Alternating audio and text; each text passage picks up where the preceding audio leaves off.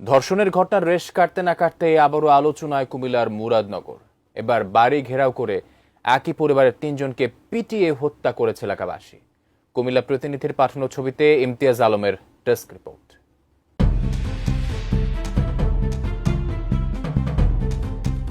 কুমিল্লার মুরাদনগরে মাদক কারবার ও অপরাধমূলক কর্মকাণ্ডের অভিযোগ তুলে একটি বাড়ি ঘেরাও করে একই পরিবারের ৩ জনকে পিটিয়ে হত্যা করা হয়েছে। এই ঘটনায় একজন গুরুতর আহত হয়েছেন। আজ বৃহস্পতিবার সকালে উপজেলার বাঙ্গরা বাজার থানার করইবাড়ি গ্রামে এই ঘটনা ঘটে। এতে এলাকায় থমথমে পরিস্থিতি বিরাজ করছে।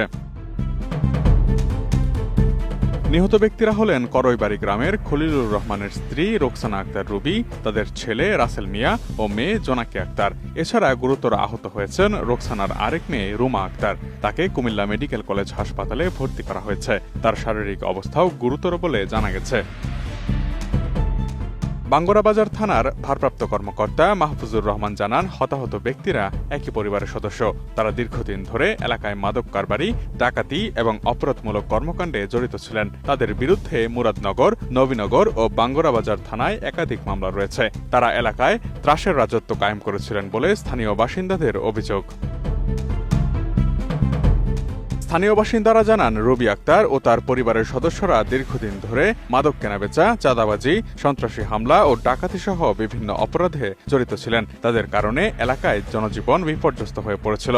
বহুবার প্রশাসনের দৃষ্টি আকর্ষণ করলেও পরিস্থিতির কোনো উন্নতি হয়নি। ফলে এলাকাবাসীর মধ্যে দীর্ঘদিন ধরে ক্ষোভ ও উত্তেজনা বিরাজ করছিল। এসি কেনার কথা ভাবছেন? ভিশন দিচ্ছে যে কোনো এসিতে 15% নিশ্চিত ছাড়। এছাড়াও থাকছে মানি ব্যাক গ্যারান্টি নিশ্চয়তা। বৃহস্পতিবার সকালে গ্রামের মানুষ একত্রিত হয়ে তাদের বাড়ি ঘেরাও করে। পরে সংঘবদ্ধভাবে তাদের উপর হামলা চালায় এবং লাঠিসোঁটা ও অন্যান্য দেশীয় অস্ত্র দিয়ে বেধড়ক মারধর করে। এতে ঘটনাস্থলেই ৩ জন মারা যান এবং গুরুতর আহত হন একজন। খবর পেয়ে বাঙ্গরা বাজার থানা পুলিশ ঘটনাস্থলে গিয়ে পরিস্থিতি নিয়ন্ত্রণে আনে এবং নিহতদের মরদেহ উদ্ধার করে ময়নাতদন্তের জন্য কুমিল্লা মেডিকেল কলেজ হাসপাতালের মর্গে পাঠায়। আহত ব্যক্তিকে দ্রুত চিকিৎসার জন্য পাঠানো হয় কুমিল্লা মেডিকেল কলেজে। ওসি মাহফুজুর রহমান জানান, বর্তমানে পরিস্থিতি নিয়ন্ত্রণে রয়েছে। এলাকায় অতিরিক্ত পুলিশ মোতায়েন করা হয়েছে। ঘটনার সঙ্গে কারা জড়িত তা খতিয়ে দেখা হচ্ছে। এ ব্যাপারে আইনগত ব্যবস্থা নেওয়ার কথাও জানান তিনি। এখনো কোনো মামলা হয়নি, তবে তদন্ত শেষে আইনগত ব্যবস্থা নেওয়া হবে। ঘটনার পর থেকে করইবাড়ি গ্রামে থমথমে পরিস্থিতি বিরাজ করছে। পুলিশ পরিস্থিতি শান্ত রাখতে টহল জোরদার করেছে এবং এলাকাবাসীকে শান্ত থাকার আহ্বান জানিয়েছে। Imtiaz Alam, desk report, ATN news.